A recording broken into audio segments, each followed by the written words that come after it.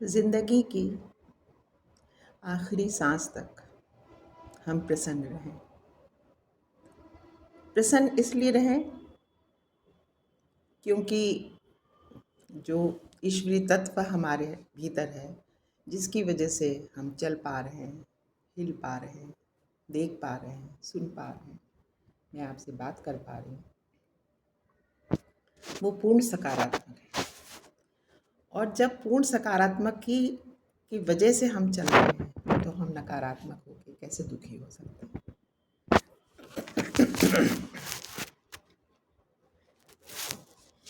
नमस्कार फ्रेंड्स। जीवन में हम बेसिकली एक सुख का सागर है, क्योंकि जो वो परम सुख के सागर की सत्ता है, उसका ही तो एक हम अंश है ना। वही हमारे भीतर है, जिसकी वजह से हमारा शरीर चलायमान है, हर तरह की गतिविधि कर पा रहा है। तो हम अगर परिस्थिति के उतार और चढ़ाव से, जो कि हर एक इंसान के जीवन में आती हैं, सुखी और दुखी होने लग जाते हैं, तो फिर इसका तात्पर्य तो ये है कि ईश्वर से हम एकाकार हो ही नहीं सकते। जबकि हम ईश्वर से ही एकाकार हैं, हम उसी का जब अंश हैं, तो अब आप सोचिए ना, जिसका हम प्रभु का अंश हैं, तो हम अपने को समझ ही नहीं रहे हैं कि हम उसका अंश हैं। तब हम दुखी हो जा रहे हैं। विपरीत परिस्थितियों में हम दुखी हो जाते हैं, अच्छी परिस्थितियों में, सुख की परिस्थिति में हम बहुत खुश रहते हैं।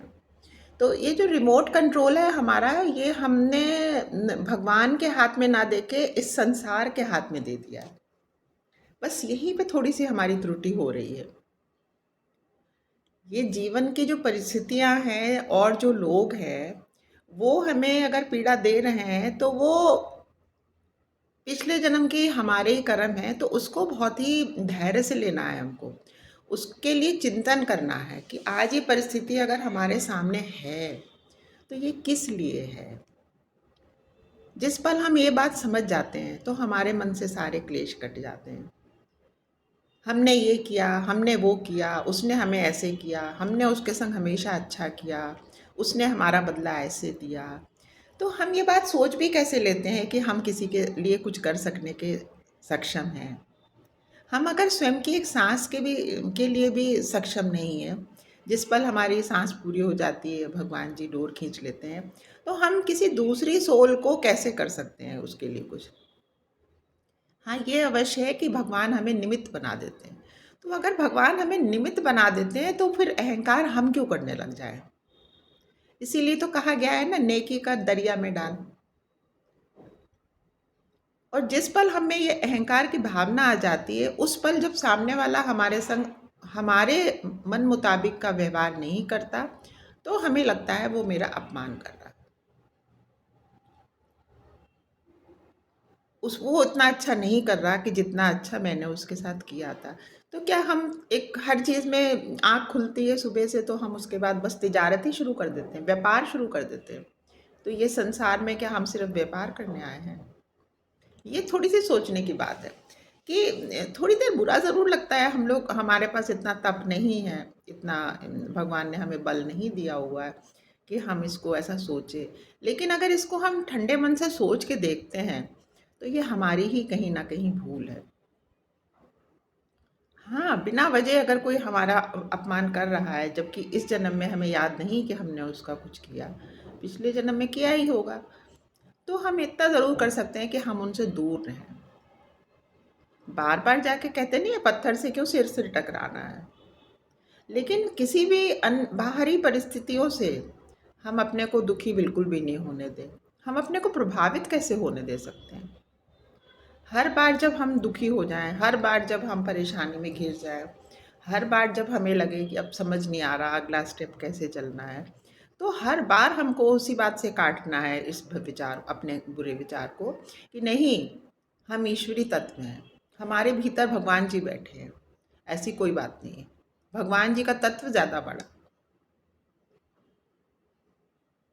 पर क्या है ना, इस संसार से खुशियाँ बटोरना के जो ये भ्रम है इंसान के भीतर, वो ही उसको दुख देता है। मेरा बच्चा, मेरा पति, मेरा मित्र, मेरा फलाना, मेरा ठिकाना, जब हम भगवान में क्यों नहीं ढूँढते खुशी? वो मंगल मूर्ति हैं, वो हर तरह से हमें देख रहे हैं, वो हर तरह से हमारे करे का ही बदला लेते हैं, देते हैं। हम अच्छा करते हैं तो वो हमारा कभी बुरा नहीं करते। तो भूल, हाँ, तो भूल तो हम खुद ही करते हैं ना। और जब हम बार-बार भूल करते ही जा रहे हैं, तो सोचिए ना, उसका फल भी तो हम ही को मिल रहा है ना। तो एक चुटकी भर में देखिए ना, दुःख दूर हो जाता है। जब कोई कहता है कि अरे ये कैसी बात हुई, दुख में कैसे सुखी हो सकते हैं? बिल्कुल हो सकते हैं। दुख हम महसूस कर रहे हैं, अपने यहाँ पे चढ़ा दिया है, तो हम दुखी हो रहे हैं। यदि सोचे कि इस संसार में एक रंगमंच चल रहा है और हम सब नाटक के पात्र हैं और थोड़े दिनों के लिए बस इस यात्रा पे आए हुए हैं पृथ्वी लोक पे।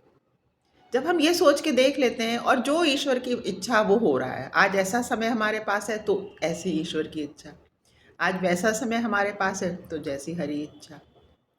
हर चीज़ जब हम उनके चरणों में अर्पण कर रहे हैं, तो चिंता तो वो कर रहे हैं ना, फिर हम क्यों चिंता कर रहे हैं? हमको तो सिर्फ चिंतन करना है।